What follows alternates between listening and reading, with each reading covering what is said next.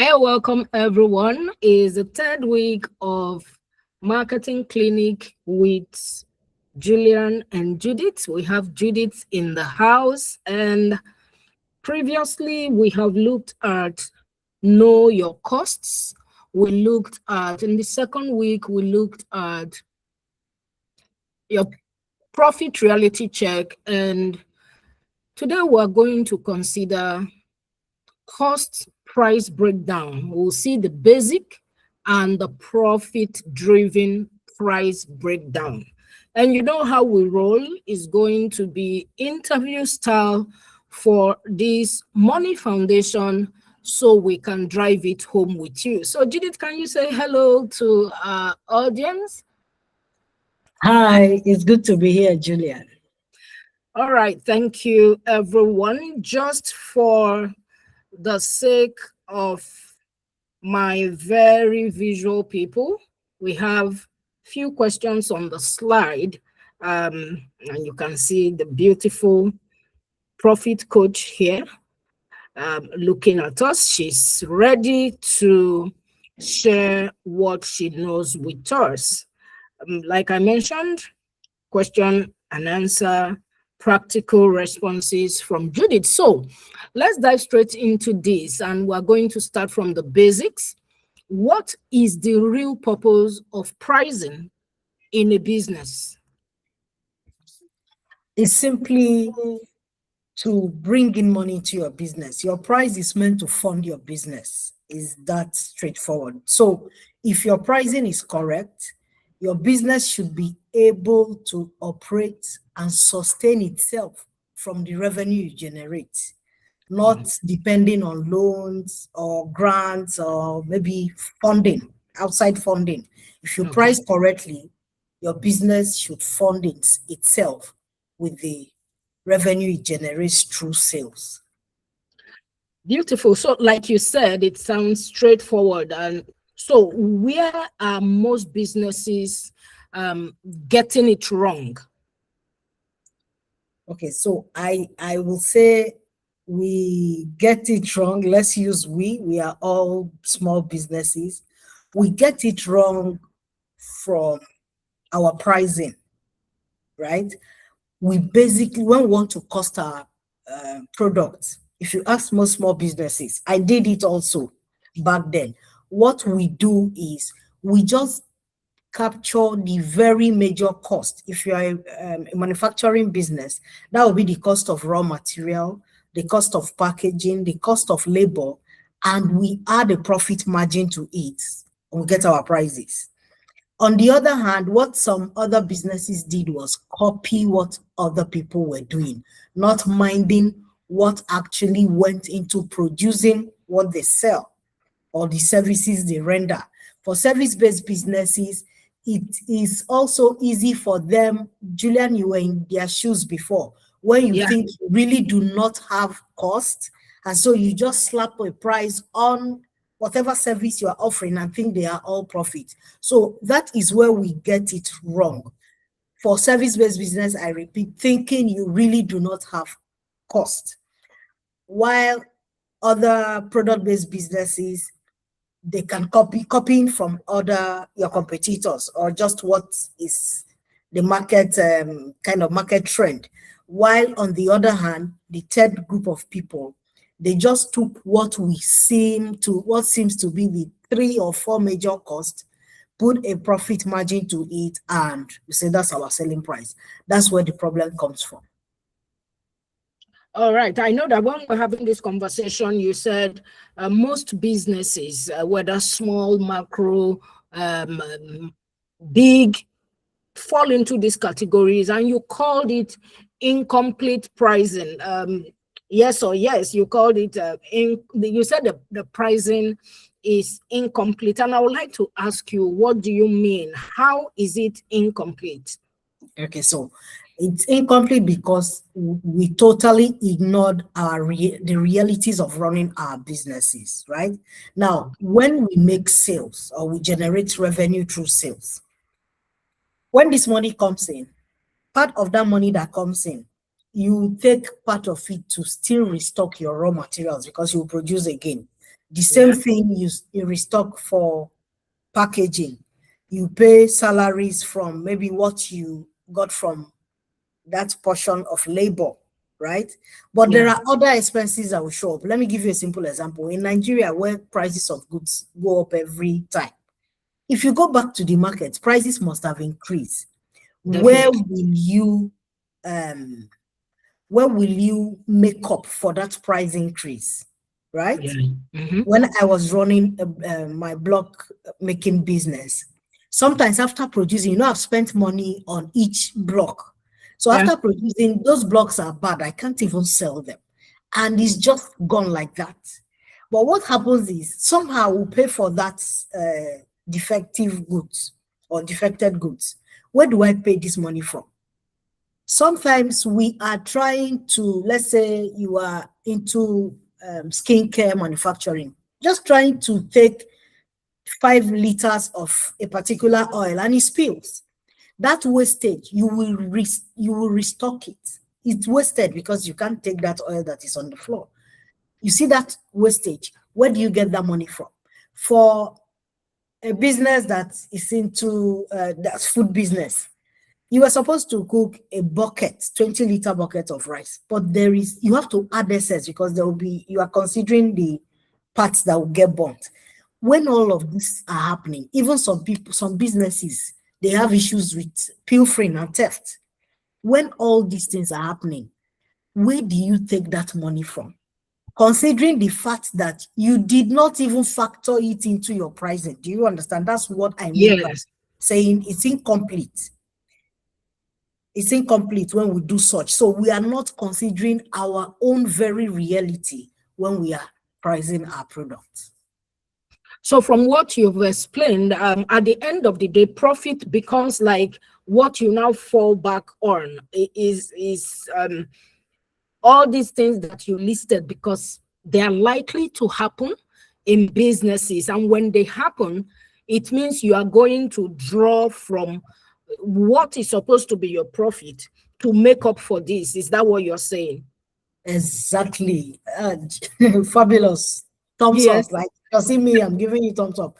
Exactly, because you actually did not factor in this cost, but you spend your profit to attend Cover or to to cater cover. to those costs when they do arise. So at the end of the day, when you are done doing this, what we are just explaining, you will never have profit.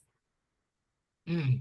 Yes, And that's why people say, I made sales and I can't find my profit, because your profit has exactly, even become like an emergency fund for everything that wasn't planned for. exactly. So that explains a lot. So what's the real issue? If you can summarize it, what's the real issue in this situation? Okay, so the situation we're trying to describe is no profit situation or very little profit at the end of the month. For instance, the real issue is incomplete pricing, not really low sales, Okay. right?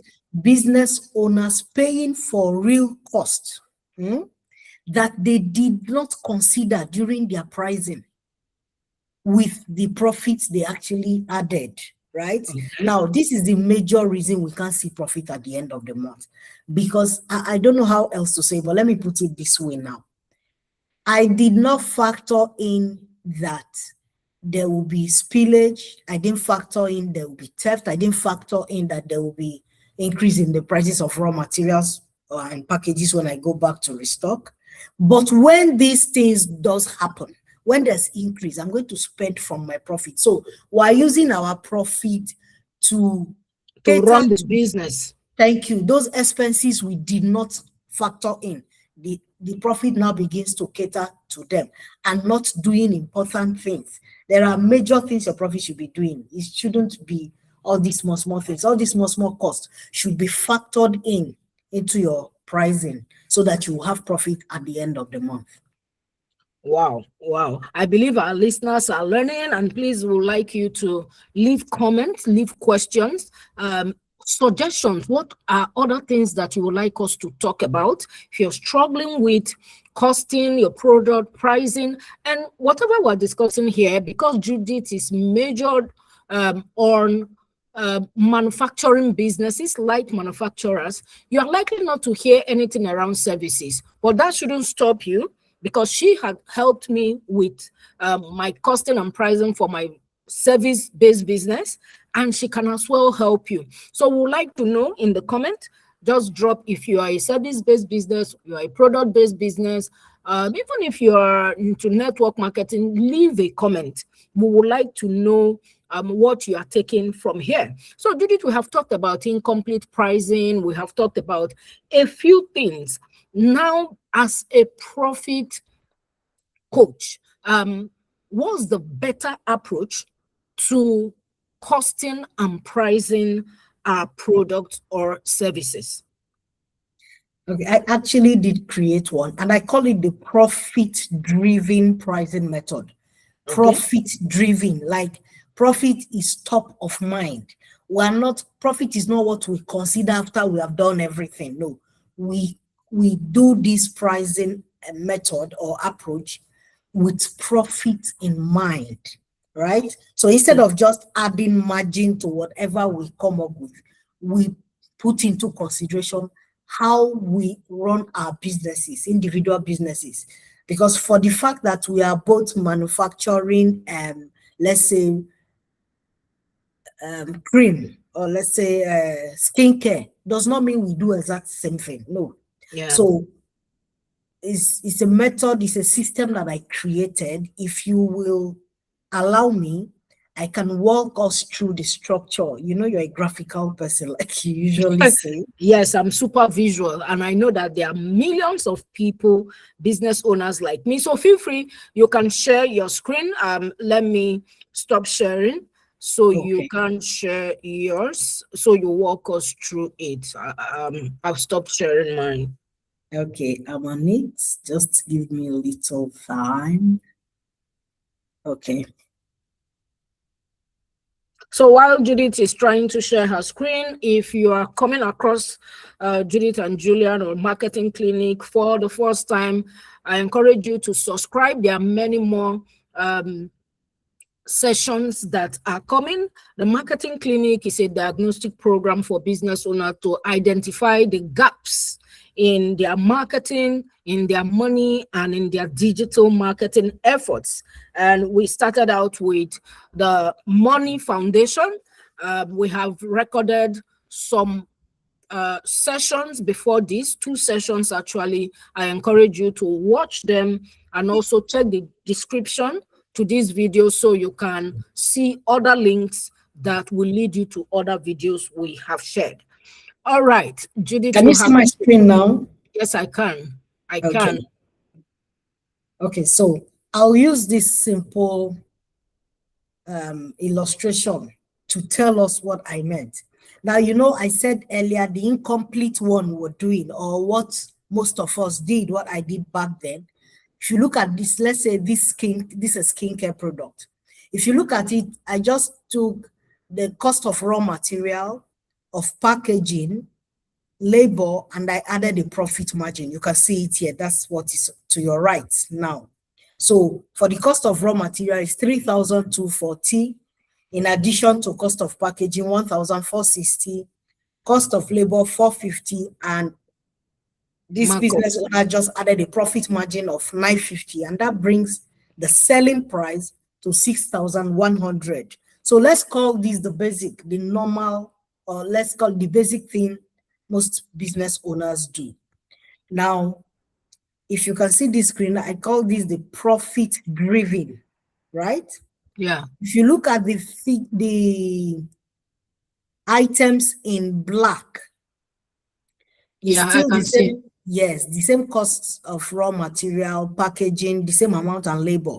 Then the ones in red is the one that is missing on this basic one. Cost one, the basic one, yeah.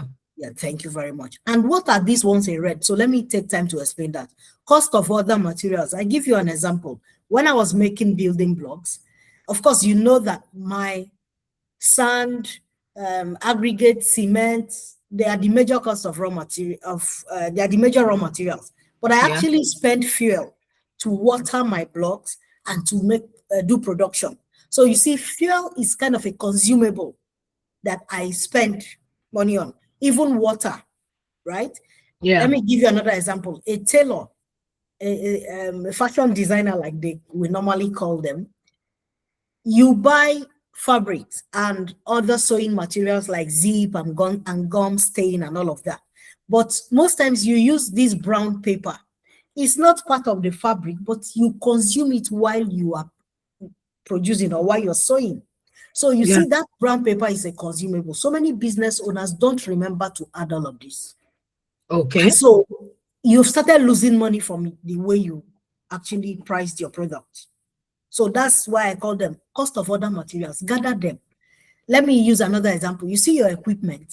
You are not putting all the money in one production cycle or batch. No, but a little part of it should be added as other cost, because you need to replace that machine one day. So your price should be paying for that little by little. So those, if you aggregate all of those small things, there are a lot. And many businesses will have different types of other costs. So let's just call it consumables. You must add it, right? So we'll go to what I call the cushion cost. I named it the cushion cost. You remember we're discussing last week. You see, sometimes we don't plan for so many things. We also said it here. Yeah. I didn't plan that I will produce 2,000 blocks and about 12 or 16 will break. I didn't plan for that, but it happens. So I have to factor in the fact that I have produced that block, paid my laborers, but I will not be able to sell it. I have to also factor in things like theft for some businesses, spillages. I gave example of spilling oil for production. When things like this happen, you must restock those things. Let's say I bought 5 liters of oil, of let's say castor oil, to make whatever I make. And erroneously or mistakenly, human error, I spilled 2 liters. You know what's going to happen? I didn't use that 2 liters, but I will have to buy it back because I just wasted it. Where do I take money from to fill up for such things? This cushion cost caters to things like that. They don't happen always in certain business, but the truth is they do happen. And when they do happen, I already apportioned a little sum of money for it, so that when it happens, I'll be taking money from there to do such things, right? So that's the cushion cost. So I gave it the name cushion because it cushions up for such things. Also, I remember we talked about prices of goods or raw materials going up before you return back to market. It happens a lot. You just bought flour at 68,000. Going back, it's now 69,500. That extra 1.5, my cushion cost, your cushion cost will be it. Such things. Yes, instead of directly your profit, right? Then you see here allocated profit, allocated overhead cost. Now, I added this because there was a day I sat back and I asked myself, how do I really pay for my overhead? You see, overhead is like constant K in mathematics. You must pay for your rent, your light, you pay for salary, all the things you pay as that falls under overhead, right? You must pay for them. Where does that money come from? Because if you say that you are going to pay for them, for all of them, from your profit, you do not have profit at the end of the day. So what I do is I take a little portion, a little of sum. all those things that you Yes, must to do, add to your constant case. yes, so that when I make sales, I will remove them and be using them for overhead expenses. If you add up these three, Julian, you can see, let me go to the third slide. If you add these three up, you will see that it will come to 740 naira extra. That's what you're seeing here. Yeah. Extra 740. So this particular profit-driven pricing will give you selling price at 6,840. Meanwhile, the first one was 6,100. Yes, is it a little bit more expensive? Yes. Then you try as much as possible to market your product, especially if you're doing something that has value, right? Now, I drew an analysis to just take a look at this. Just what if we sell 1,000 items, let's say in one particular month, you see these other costs that are in red that I added, because they are actually costs, it will generate 740. 740,000 naira extra. And Julian, look, we can call it extra. It's not really extra, because I'm going to spend it to do those things we talked about. Yeah. When there are defective goods or defected goods, I will take from 740.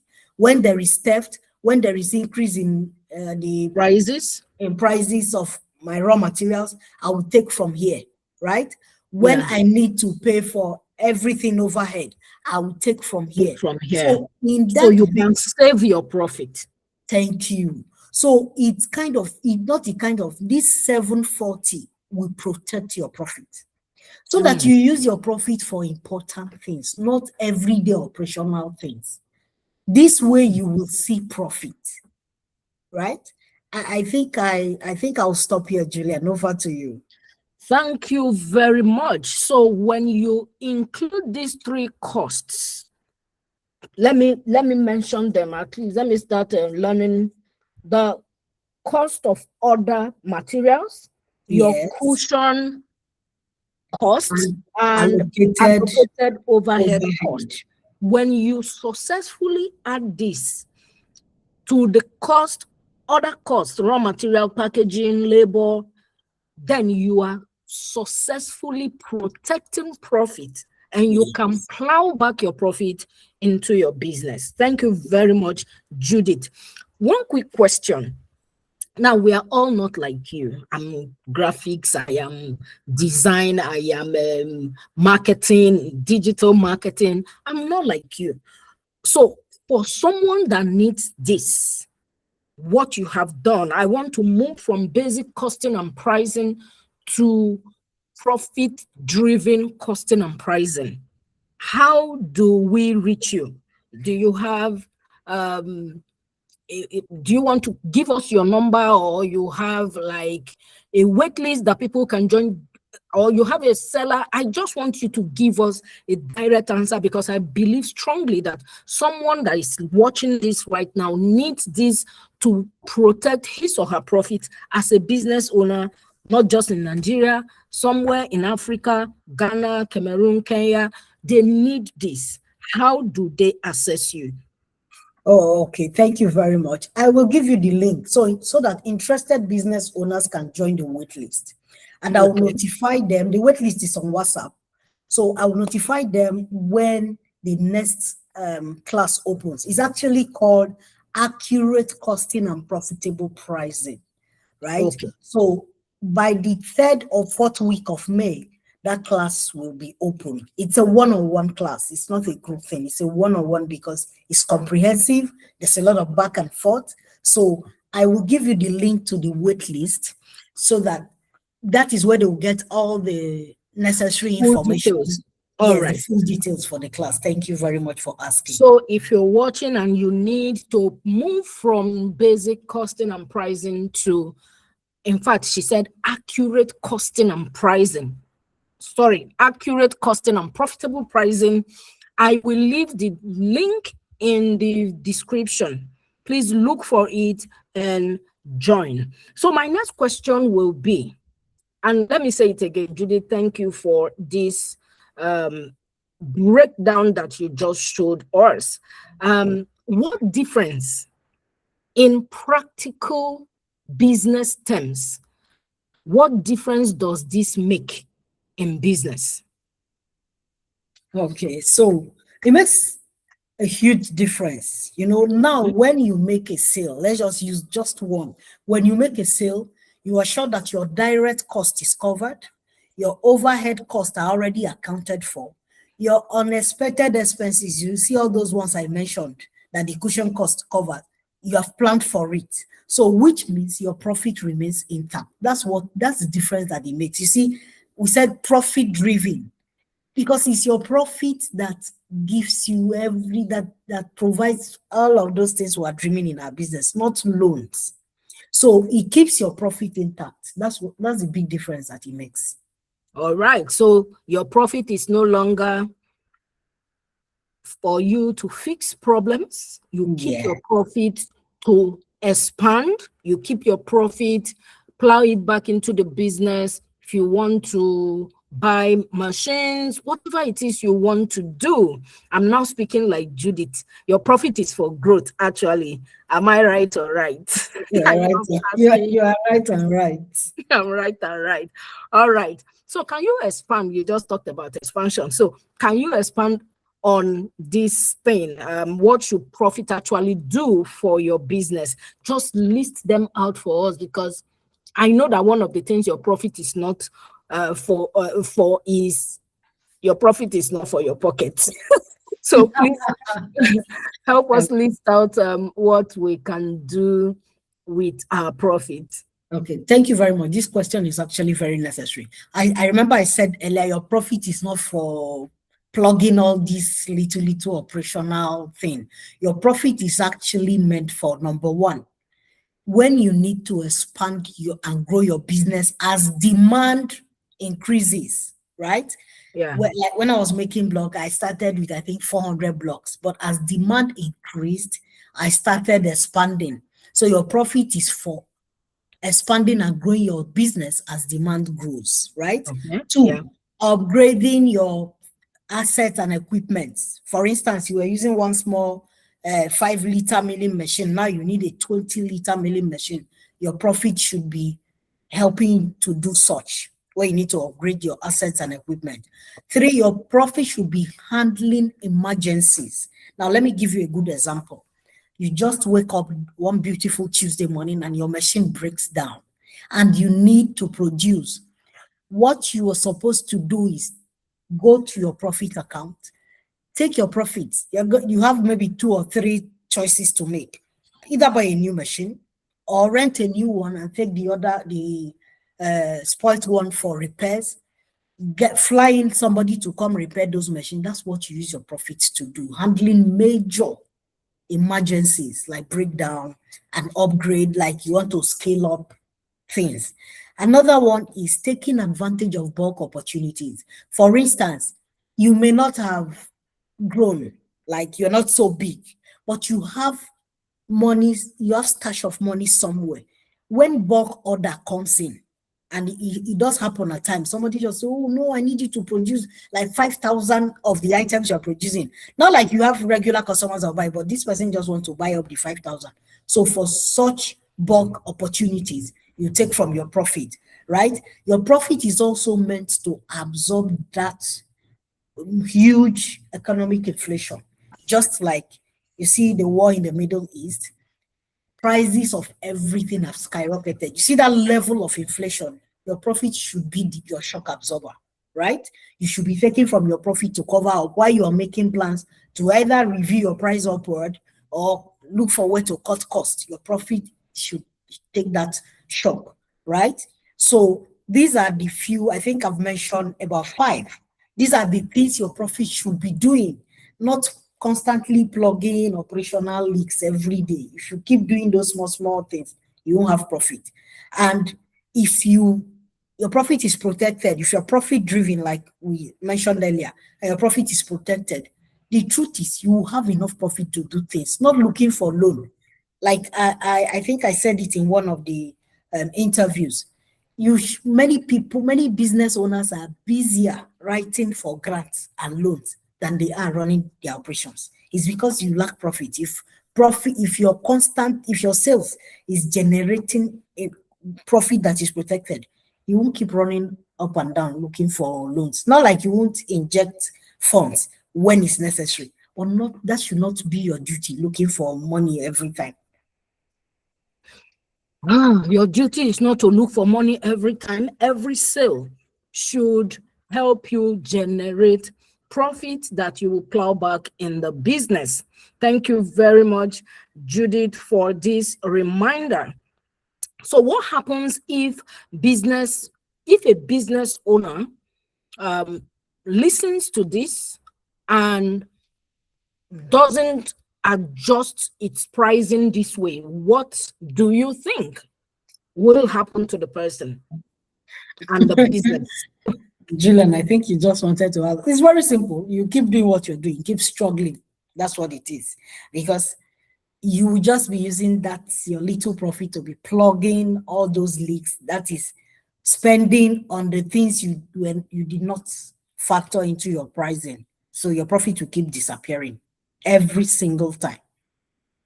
That Yes. is not our plan that our profit will keep disappearing. So please, if you're watching this, take steps. Number one, I will say, go back to the first video, know your costs. The second thing, watch your profit reality. Do what you're supposed to do there. Then watch this one and take action. Not all of us can do this calculation, all these things that Judith has reeled out here. So you need to take the next steps. You can reach out to her. We've said that we are going to drop the link to reach Judith. What will it profit you if you keep selling and your profit is consistently disappearing? And I also say it in this other way. What will it profit you if I teach you how to market your product or your service, and at the end of the day, it's not profitable? Your pricing is not pricing. Your profit is not profiting. It's a total waste of your effort. So do the needful, and I'm going to ask Judith the final question. What should a business owner do? Right? What should business owners start doing immediately? Or let me say it this way. What should business owners start paying attention to immediately after listening to you today? What should they start doing immediately? Okay, from my own end, I think they should start asking, what cost am I currently ignoring in my pricing? Right? You already have a selling price. So what costs did you ignore? Start asking yourself that question. Look through all your products and your pricing. What costs did you ignore? Where is your profit actually going to? What are you spending your profit doing? That's the second one. And the third one I'll ask you to pay attention to is, are you running a business or you're just running up and down? That's the truth. Are you really running a business, or you are constantly trying to block gaps and all of that? Now, once you answer these questions honestly, you will need to fix your pricing, right? Because it will become clear what is missing, where you are missing it, and all of that. So you know what, when you are even coming to say, oh, Judith, I need your one-on-one, you should come with the understanding that, okay, this is where the gaps are. Because sometimes some people come to me and they don't even know why they came, and it's very difficult to make them understand. But if you pay attention to what I listed, I said, look at the cost your current pricing has ignored. Look at what you are using your profit to do at the moment currently, right? And whether you are running up and down or running a business. When you are convinced, I think I will do very little for you or working with you, or even if you're going somewhere else. But if you do not pay attention to these things, it will be very difficult, even when you are losing money, for anybody to convince you that you are losing money. So that's what I would tell any business owner, anyone listening, to pay attention to. All right, Judith has said pay attention to where you are currently ignoring, what you are currently ignoring, the costs. She has shown us the different costs. If you are just pricing on the basic side of life, you need to come to the profit-driven kind of costing. You also need to ask yourself, where is your profit actually going every month? I was here once upon a time, and Judith came to my rescue. And ask yourself, well, am I running a business or just running around circles? All right. I will have to say a big thank you to Judith. And before we wrap this up, as we usually do, if this session exposed gaps or shows you some of the things that you skipped in your business, you need to fix them. If you don't want to fix them all by yourself, the money and marketing operating system, the link will be there. There is a wait list for that. And it's not open for everyone. If you want to reach out to Judith, kindly do that. In fact, we're not saying if, reach out to Judith. It's not good for you to keep putting effort and you are not seeing your profit. That's not why you are in business. So applications are open for the money and marketing operating system. Check out the description for the link. If you want to chat us, you can actually drop MMOS in the comments. We will definitely reach out to you. Thank you very much, Judith. Once again, it's good that you come on board to share these things with us. So if this video helped you, we'll encourage you to watch the next video. Fix your marketing, your money, your digital foundation. I might not call them in alphabetical, in the order they are supposed to come: money, marketing, and digital foundation. But we are talking about these core three things, and that's what Marketing Clinic is here to fix for you. So I encourage you to click on the next video as we move into the marketing side of things. But please fix your money before you think of marketing and even digital marketing. And we want to believe that this has really, really helped you. We want to see that comment. We want to see you leave feedback. We would love you to drop your feedback as business owners. Leave your feedback, leave comments. Let's know how this has helped you. Also, share this video. If you know business owners that need to watch this, share this video. Don't forget to subscribe. So we're saying like, comment, subscribe, share, do everything possible to ensure that other people see this and you continue to see this. We are on a 12-week journey. So this is week 3. See you in week 4. And on this note, Judith, we can say goodbye to our dear listeners. Thank you very much, Julian, for having me. Thank you, Judith, for bye-bye, everyone, sharing this with us.